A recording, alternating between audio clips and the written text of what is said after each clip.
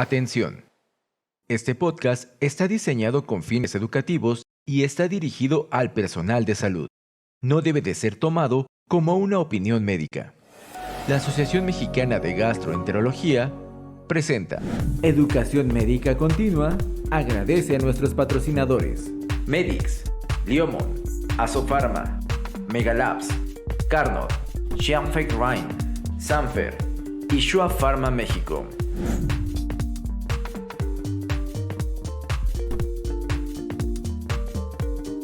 Gastroperlas AMG, conducido por el doctor Ernesto Márquez.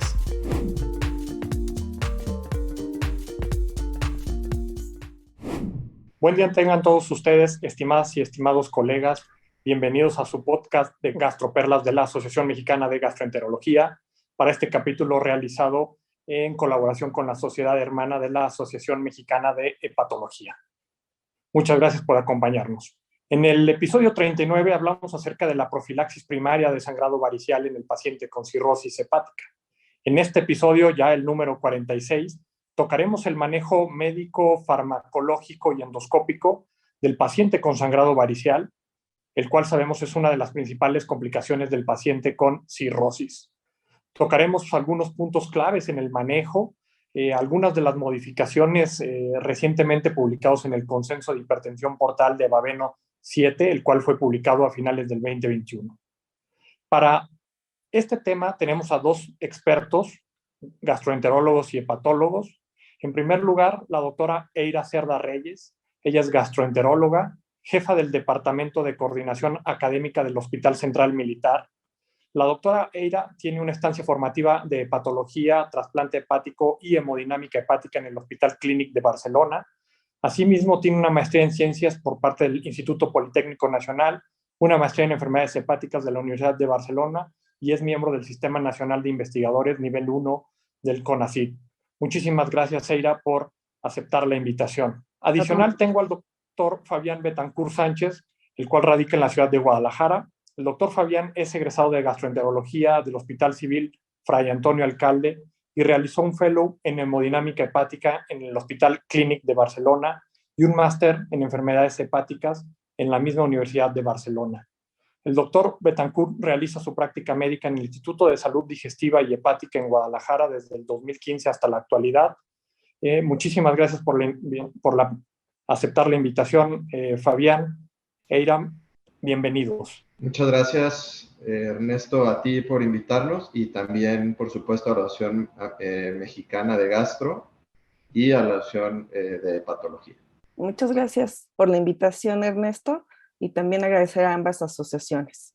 Antes de comenzar con el tratamiento del sangrado varicial, me gustaría saber, Eira, ¿cuál es la relevancia del sangrado varicial en el paciente con cirrosis? ¿Qué complicaciones tiene? ¿Cuál es el impacto en términos de mortalidad? ¿Nos podrías hablar acerca de ello?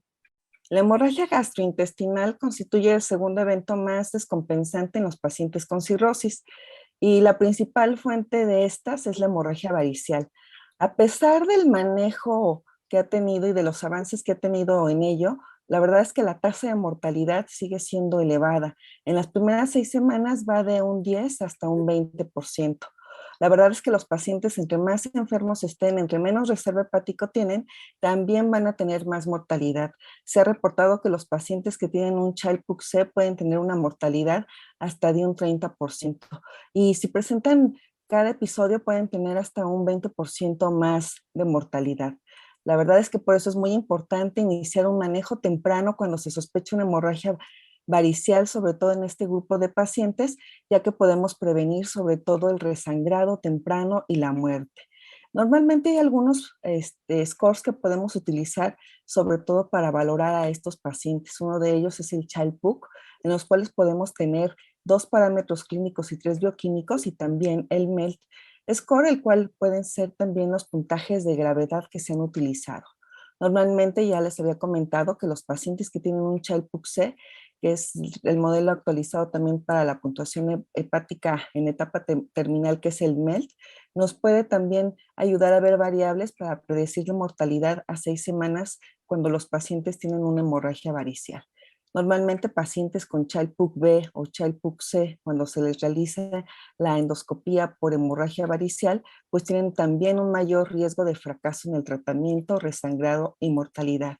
Normalmente estos pacientes pueden ingresar a una terapia intermedia, a una terapia intensiva, por lo que hay algunos estudios en donde nos comentan que en las puntuaciones del SOFA o el CLIF SOFA pueden ser también unos scores validados para ver sobre todo la mortalidad a nivel general, pero estos dos scores todavía no están validados para la hemorragia varicial. Hay algunos otros scores como el Apache, que se comenta que mayor a 17 puntos, un MEL mayor a 20 puntos, un Child-Pugh arriba de 11 puntos, se relaciona a una mortalidad a 30 días que puede ir desde un 40 hasta un 60%. Queda muy claro que el paciente, entre más grave esté desde el punto de vista hepático y que tenga un sangrado varicial, pues aumenta las probabilidades de mortalidad. Ahora, Fabián, antes de hablar de medidas específicas del sangrado varicial, sabemos que una de las prioridades es el manejo del estado hemodinámico del paciente, requieren de una adecuada reanimación, la cual se inicia en el servicio de urgencias. Antes de hablar de medidas específicas de sangrado varicial, Fabián, ¿qué otras medidas generales debemos de tener en cuenta? Por ejemplo, ya nos comentaba Eira, ¿en qué área hospitalaria se deben de manejar estos pacientes? ¿En qué momento debemos de estar considerando protegerles la vía aérea mediante intubación orotraqueal? ¿Los IVPs tienen alguna utilidad en este contexto? La verdad que son apuntes muy importantes que haces. El hecho de escoger bien el área donde va a llegar el paciente, pues va a tener una mejor atención y mejor resultado al final del día. Los pacientes con hemorragia varicial, incluso de acuerdo a las recomendaciones actuales de Baveno 7, se dice que deben de ir a una zona de terapia intensiva o terapia intermedia. Los pacientes que tienen un choque grave, incluso que requieren ventilación mecánica, ellos definitivamente tienen que ir a una terapia intensiva, y pacientes un poco más estables deben estar en terapia intermedia, sobre todo aquellos pacientes que se lograron controlar el sangrado después de la endoscopía o que no requieren ventilación mecánica. En relación a qué paciente vamos a intubar previo a la endoscopía o vamos a proteger vía aérea, son los pacientes que tienen sangrado activo, caracterizado principalmente por hematemesis, que estén también con estado de choque y que tengan también alteración de su estado de conciencia. Esos son los pacientes que tenemos que intubar previo a la endoscopía para proteger vía aérea. Y este tipo de pacientes, si se logra resolver el sangrado, se tiene que intentar extubar cuanto antes. Queda bastante claro en dónde deben de ser manejados estos pacientes, dado la complejidad y las potenciales complicaciones que pueden tener. Ahora, entrando específicamente en el manejo farmacológico de sangrado varicial, Eira, cuando sospechamos en un paciente hepatópata que se presenta al servicio de urgencias con sangrado digestivo, ya sea hematemesis o evacuaciones melénicas, ante esta sospecha se nos recomienda iniciar manejo vasoactivo. ¿A qué se refiere con inicio de manejo vasoactivo? Sabemos que podemos utilizar terlipresina, otriotides, somatostatina. ¿Qué nos puedes hablar de este grupo de fármacos? Pues es importante recordarlos porque es lo que tenemos sobre todo que utilizar en primera instancia. Ante la sospecha de cualquier hemorragia de origen varicial, pues podemos usar 3 vasoconstrictores, sobre todo intravenosos. Uno de ellos es la terlipresina, somatostatina o el opriótido, que realmente se ha visto que el utilizar estos fármacos pueden ayudarnos al control de la hemorragia, en lo que tenemos sobre todo el acceso a una endoscopía, además que la tasa de mortalidad puede disminuir también a los 7 días, sobre todo en los pacientes comparados, los que no usamos medicamentos vasoconstrictores comparados con los que sí los utilizan. Por lo tanto, lo debemos utilizar lo más pronto posible de una administración temprana, ya que también vamos a aumentar la supervivencia de los pacientes. pacientes. De estos mecanismos de acción, sobre todo, pues tenemos que la somatostatina, pues va a ser sobre todo un descenso del flujo sanguíneo portal y portocolateral, y ya que esto va a disminuir la hipertensión portal y sobre todo va a actuar a nivel selectiva sobre la circulación esplácnica, lo que esto es lo que nos va a ayudar sobre todo la seguridad de este medicamento. El locreotida pues aumenta lo que es la resistencia esplácnica, disminuye el flujo de sangre gastrointestinal en los pacientes con hipertensión portal y esto también va a hacer la disminución de la hemorragia varicial. Y tenemos por último pues la terlipresina, que realmente también lo que va a actuar sobre todo estos receptores B1 de vasopresina que sobre todo están en las células musculares lisas de la pared arterial, lo que también va a disminuir la presión arterial aguda, disminuye el flujo venoso portal y esto también nos va a ayudar a que se pueda controlar un poco la hemorragia en este grupo de pacientes. Queda muy claro que este tipo de fármacos hay que iniciarlos ante la sospecha clínica de un sangrado varicial, y básicamente lo que nos comentas es que pues disminuyen por diversos mecanismos el flujo esplácnico. Fabián, ahora, ¿qué evidencia clínica tenemos de estos fármacos? ¿Qué beneficios hay? ¿Disminuyen la mortalidad? ¿Qué nos puedes hablar al respecto? Claro, se han hecho ya muchos estudios en donde inicialmente se comparó contra placebo, cada uno de ellos. Por ejemplo, uno de los metaanálisis más grandes en donde comparan terlipresina contra placebo, se vio claramente un descenso en la mortalidad en los pacientes que recibían terlipresina. Y posteriormente se empezaron a desarrollar otros metaanálisis en donde se observa que cuando comparan la terlipresina contra la somatostatina y el mismo octreotide, también disminuyen mortalidad, requerimiento de transfusiones, menos sangrado, tienes mayor facilidad para controlar el sangrado vía endoscópica, pero no existe diferencia significativa entre ellos. En todos los metaanálisis que se hicieron posteriormente, no hay una diferencia entre estos medicamentos, por lo que la elección de cada uno es de acuerdo a los recursos que cuente el hospital y la experiencia con que se cuente.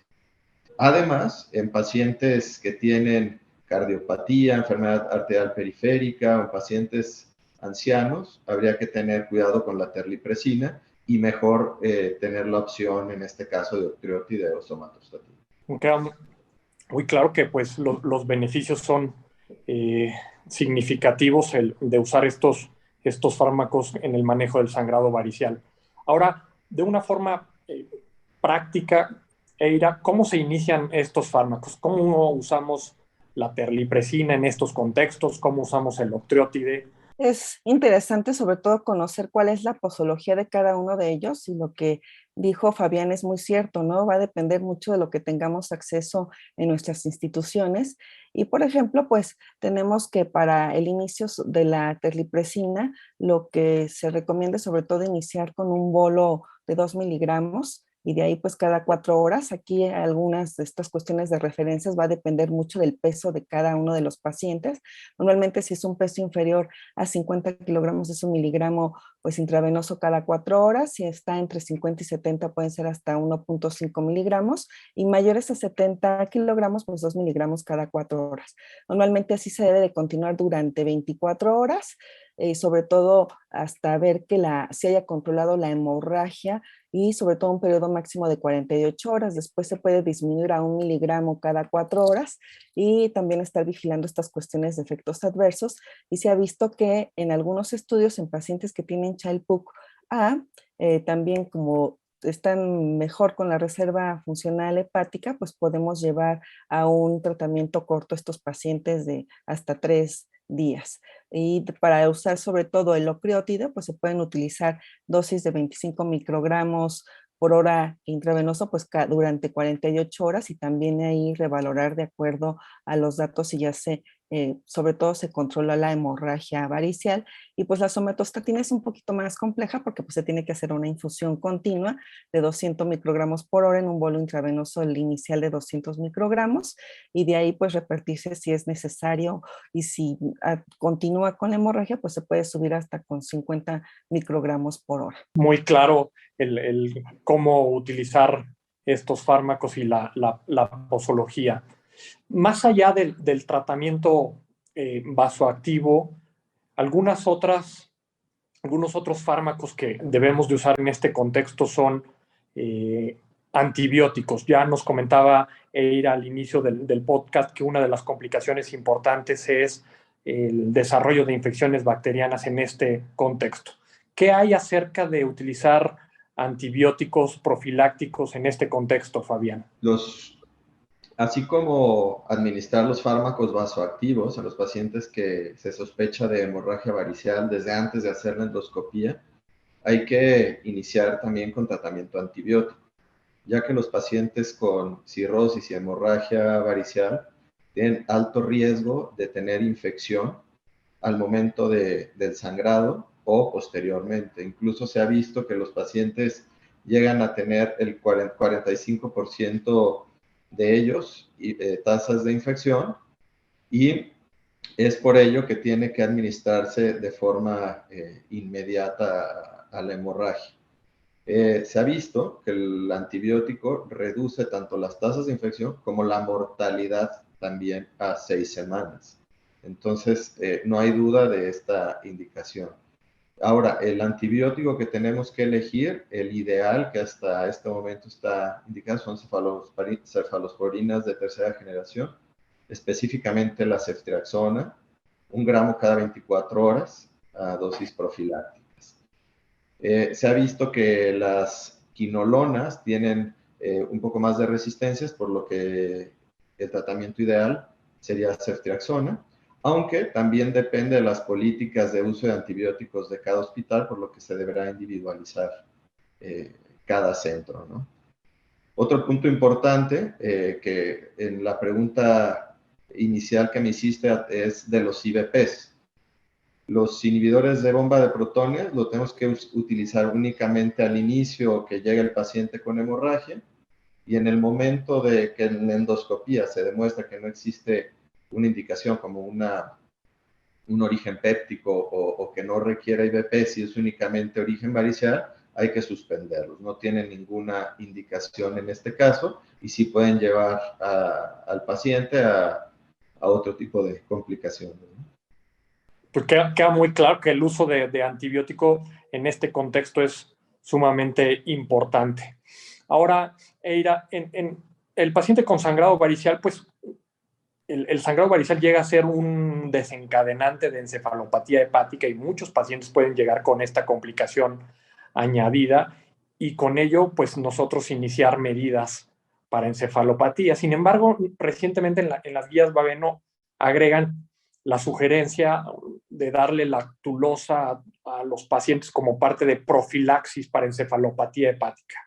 ¿De dónde viene esta recomendación, Eira? Fíjate que es interesante lo que comentas. Normalmente pues sabemos que los episodios de encefalopatía hepática, también de acuerdo a Baveno 7, pues deben tratarse con lactulosa, pero que ellos lo que ahora es así como que el nuevo punto que comentan es que todos deben de usarse lactulosa para prevención de encefalopatía hepática en este grupo de pacientes. Ellos lo que comentan es que lo ideal es que pues finalmente el sangrado, la sangre se acumula en intestino, en colon, y que lo que debemos de hacer es rápidamente limpiar el tracto gastrointestinal, y que se han hecho estudios aleatorizados, sobre todo en pacientes que se han utilizado lactulosa, sobre todo con otros, o sin ningún otro medicamento, en los cuales se ha visto que la incidencia de encefalopatía hepática disminuye, sobre todo tratarlo con lactulosa, y en aquellos pacientes también, otro grupo de pacientes utilizaron aunado a la lactulosa, sobre todo la rifaximina como una terapia complementaria, pero se ha visto que realmente no hay un estudio sólido que diga que también podemos utilizar solamente la rifaximina para la prevención de la encefalopatía hepática en los pacientes que tienen una hemorragia varicial. Muy interesante esta nueva recomendación. Ahora, Fabián, en A la par de la estabilización hemodinámica, siempre tenemos contemplado en qué momento se requiere de transfundir concentrados eritrocitarios en estos contextos. ¿Cuáles son las recomendaciones actuales para transfundir paquetes globulares? Ya hay algunos estudios que han reforzado fuertemente la estrategia que se llama restrictiva versus la estrategia liberal de transfusión. Y todos concuerdan que es a favor de la terapia restrictiva, es decir, el que tenemos que tener como objetivo el llegar a una hemoglobina entre 7 y 8 gramos sobre decilitro. No pasarnos o no transfundir más allá de esta hemoglobina, a menos de que sea un paciente con otra indicación, por ejemplo, pacientes cardiópatas, o que tengan un sangrado activo y en un estado de choque. En ese momento sí podríamos ser un poco más liberales, pero de entrada tenemos que tener una estrategia restrictiva, ya que se ha asociado la estrategia liberal con mayor mortalidad y mayor sangrado, esto asociado a un aumento de la presión portal al transfundir de más, ¿no? La mejor estrategia es la restrictiva, aunque siempre considerar las excepciones que nos comenta Fabián. Y por otro lado, Eira, ¿qué hay acerca de transfundir plasma fresco congelado? Sabemos que estos pacientes pues muchas veces traen tiempos de coagulación prolongados, están con sangrado activo. ¿Qué hay acerca de transfundir plasma fresco o plaquetas? ¿Qué opinas? Estos pacientes, la verdad es que como tú lo acabas de comentar, tienen alteraciones de los tiempos de coagulación, tiempo de protrombina y LNR y el tiempo de tromboplastina parcial. La verdad es que esto no refleja el riesgo de sangrado en nuestra población. La verdad es que este tipo de pacientes, pues la verdad es que no vamos a tener que, sobre todo, transfundir. Lo que realmente recomiendan las guías internacionales es que no se debe de transfundir ni plasma fresco congelado, ya que no va a corregir la coagulopatía de los pacientes y al contrario puede provocar una sobrecarga de volumen y un empeoramiento de la hipertensión portal. Actualmente pues tampoco no hay pruebas que digan que de acuerdo al número de plaquetas o los niveles de fibrinógeno también se va a correlacionar con la falla del control de la hemorragia o del resangrado. Y pues sobre todo en aquellos pacientes donde no se controla el sangrado, pues la verdad es que la decisión de corregir las anomalías hemostáticas va a depender y si tiene que individualizar de acuerdo a cada paciente. Y pues hay algunas otras cuestiones como el uso del factor 7 recomendante o el ácido tranexámico, pues la verdad es que tampoco se recomienda para la hemorragia varicial. Hay algunas otras cuestiones, por ejemplo, para el manejo endoscópico de los pacientes, es eh, a lo mejor por regla o por norma, muchas veces nos dice el endoscopista, hay que pasarle sus plaquetas y su plasma, porque si no, no los hacemos los estudios endoscópicos, pero la verdad es que ya hay un estudio bien interesante, un estudio multicéntrico que fue reportado en el 2021, en donde hicieron este estudio sobre todo de administración profiláctica de hemoderivados en 536 pacientes, sobre todo ambulatorios, que eran cirróticos y que se les realizaron ligadura varicial. La verdad es que no hubo una relación clara entre lo que es el sangrado posterior a la ligadura varicial, el INR y el recuento de plaquetas antes del procedimiento, y que la verdad es que mostraron los resultados que el sangrado después de ligadura es infrecuente y que si ocurre no es relacionado a la alteración de las pruebas de coagulación y que tampoco a la administración de hemoderivados para prevenir el sangrado después de la ligadura varicial. Así que esto hay que tenerlo muy en cuenta y sobre todo todas las recomendaciones que hice anteriormente. Excelente, sí, que es un contexto bastante frecuente esta inquietud acerca del manejo de la coagulopatía y la trombocitopenia, pero creo que nos has dado mucha claridad al respecto. Ahora, hablando propiamente del manejo, ahora ya endoscópico, Fabián, ¿en qué momento realizar la endoscopía? ¿Cuál es el tiempo de que arriba el paciente a que se le hace una endoscopia y qué tipo de tratamientos endoscópicos se pueden realizar en este contexto? En cuestión de los tiempos más adecuados para realizar endoscopía, se ha demostrado que mientras sean las primeras 12 horas de que el paciente ingresa, tenemos seguridad en poder resolverlo el sangrado vía endoscópica.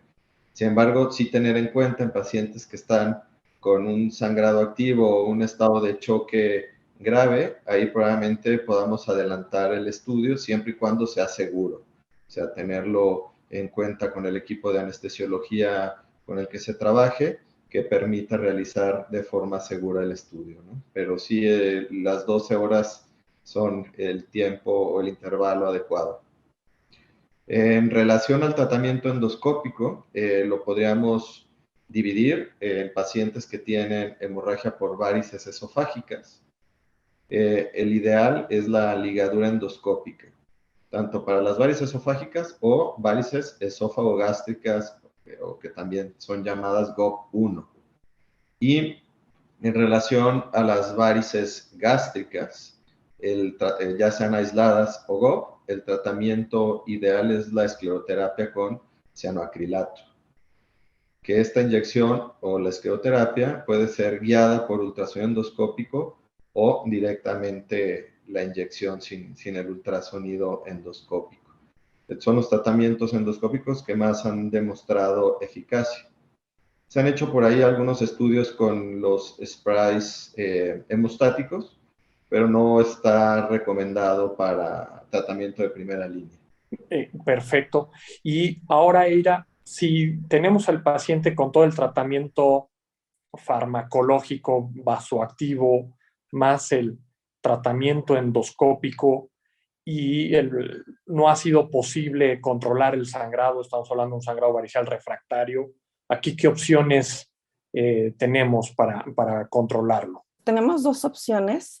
Uno de ellos es el uso del balón de Sengstacke-Blackmore, sobre todo si sospechamos de una hemorragia de varices esofagogástricas, o se puede utilizar el balón Linton, que es para, sobre todo si son hemorragia por varices gástricas. La verdad es que es un procedimiento, digamos, que solamente el balón puede estar 24 horas en vías de un puente de que se pueda poner sobre todo un TIPS. Eso es lo primero. Y la otra es que pues es un poquito también puede tener complicaciones, ¿no?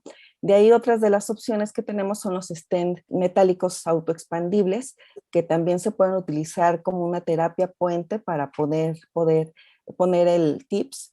Y pues la duración es de 7 días. Obviamente pues hay que utilizar a lo mejor el que tengamos de acceso en nuestros hospitales, y de ahí pues la verdad es que una forma también de poder llevar el tratamiento a esta hemorragia refractaria varicial, pues es el uso del TIPS. Ok, o sea, ahí lo que tenemos es un par de medidas endoscópicas para hacer hemostasia, podríamos decir, con la finalidad de un puente hacia realizar un TIPS.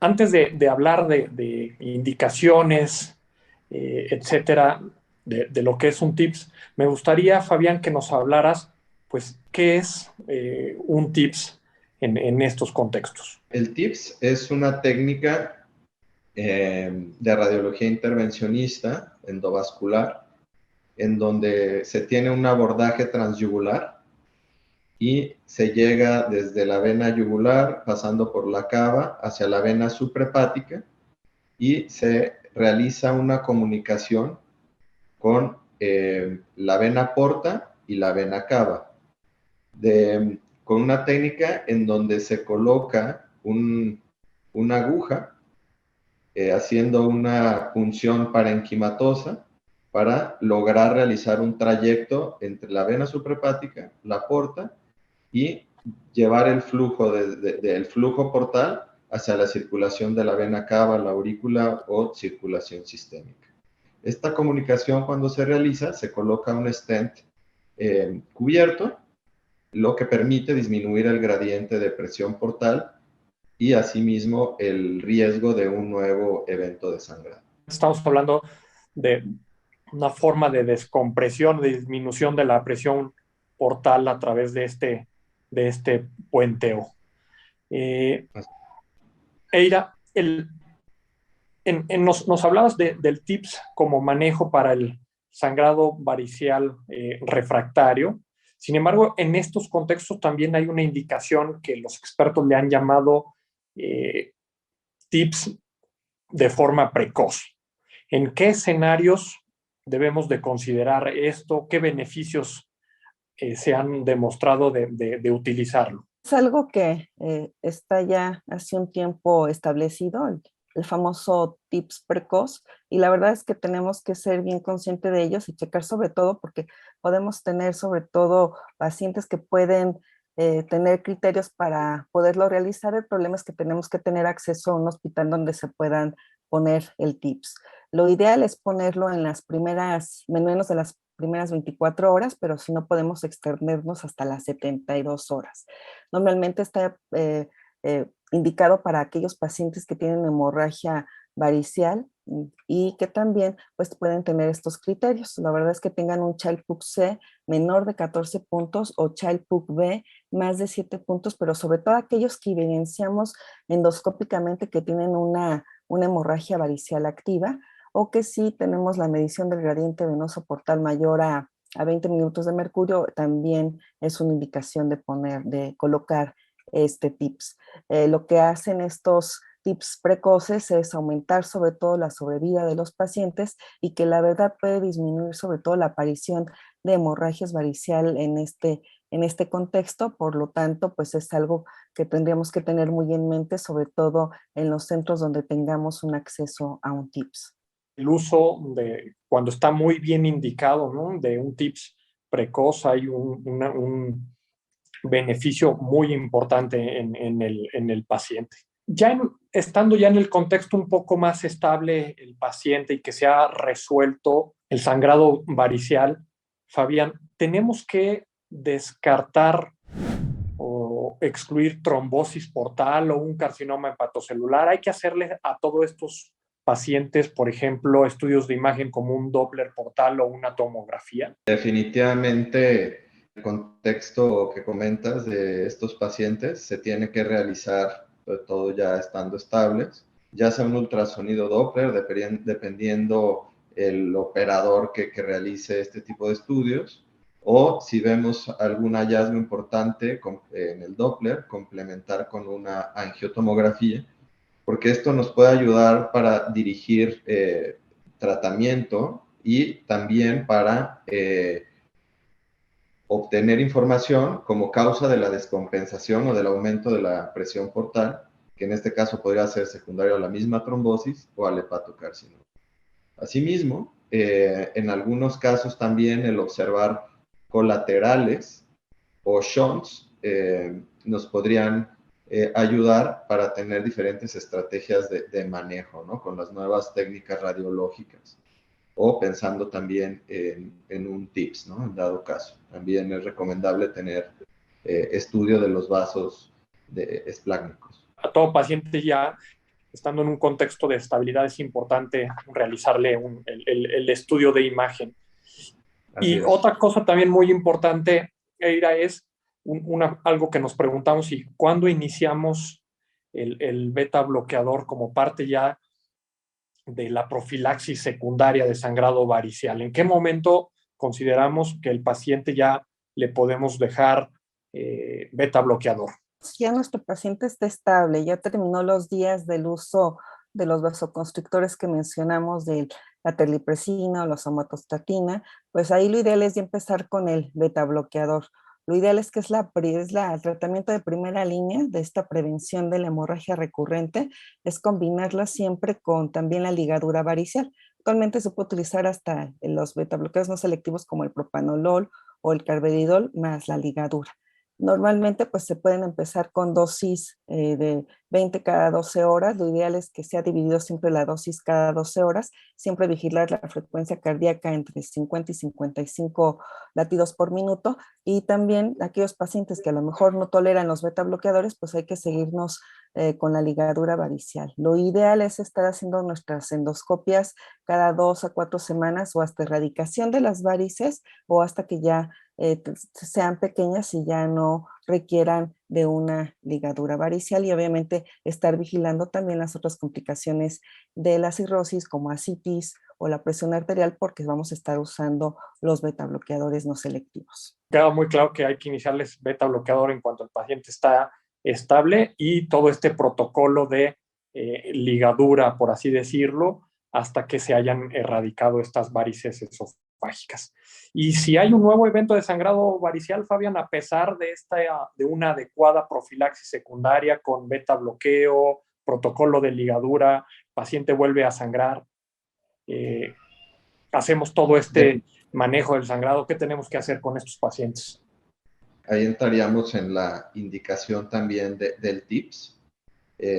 Y en este caso también nos ayuda la angiotac, porque si tenemos la presencia de colaterales, podríamos hacer el TIPS y combinar con embolización de colaterales en caso que existan o las encontremos al momento de realizar el TIPS, ya sean colaterales que nutran varices gástricas principalmente.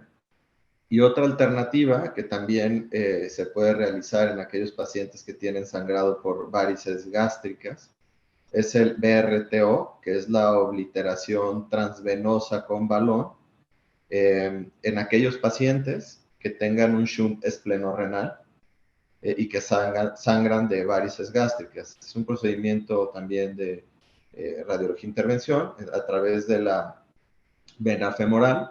Se llega a la vena renal, a través del shunt se llega a la zona que irriga las varices gástricas, se infla un balón y ya inflado el balón se inyecta pegamento hacia la zona de las varices gástricas, lo que nos va a reducir el riesgo de un nuevo evento de sangrado. Y aquellos pacientes que ya han fallado a un TIPS o que tengan un TIPS que no han resuelto el sangrado, en ese caso nos iríamos probablemente al trasplante hepático, ¿no?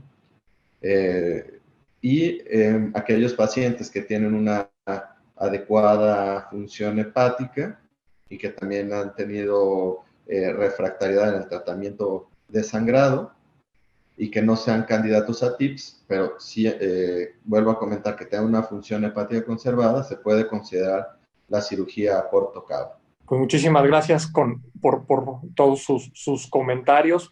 Me gustaría que nos dieran cada uno de ustedes las 2 gastroperlas para este episodio. Comenzaré con Eira, por favor. Recordar que siempre que tengamos un paciente que tiene sospecha de hemorragia varicial, iniciar los fármacos vasoactivos, terlipresina, somatostatina o criótido, y recordar que no se recomienda una transfusión de plasma fresco congelado, ya que no vamos a corregir la coagulopatía y al contrario podemos sobrecargar a nuestro paciente y empeorar la hipertensión portal. Creo que es lo más importante que debemos de recordar. Relacionado a lo que dice Aira, el manejo de nuestro paciente con hemorragia varicial o por hipertensión portal, el tratamiento tiene que ir dirigido a disminuir la hipertensión portal, no la coagulopatía. Entonces yo me quedaría con esa parte. Y también a lo mejor ya se tocó el tema en el podcast anterior, pero todo paciente que se detecte con hipertensión portal significativa, inmediatamente hay que iniciar con beta bloqueadores. Y no nada más hasta que se detecte, buscar en todo paciente con cirrosis la hipertensión portal clínicamente significativa, ya que, como menciona Eira, pues son pacientes que tienen alto riesgo de complicaciones y una mortalidad que todavía es alta, ¿no? Pues agradezco mucho su participación a nombre de la Asociación Mexicana de Gastroenterología y la Asociación Mexicana de Hepatología. Nos vemos en el próximo capítulo. Hasta luego. Hasta luego. Muchas gracias por la invitación.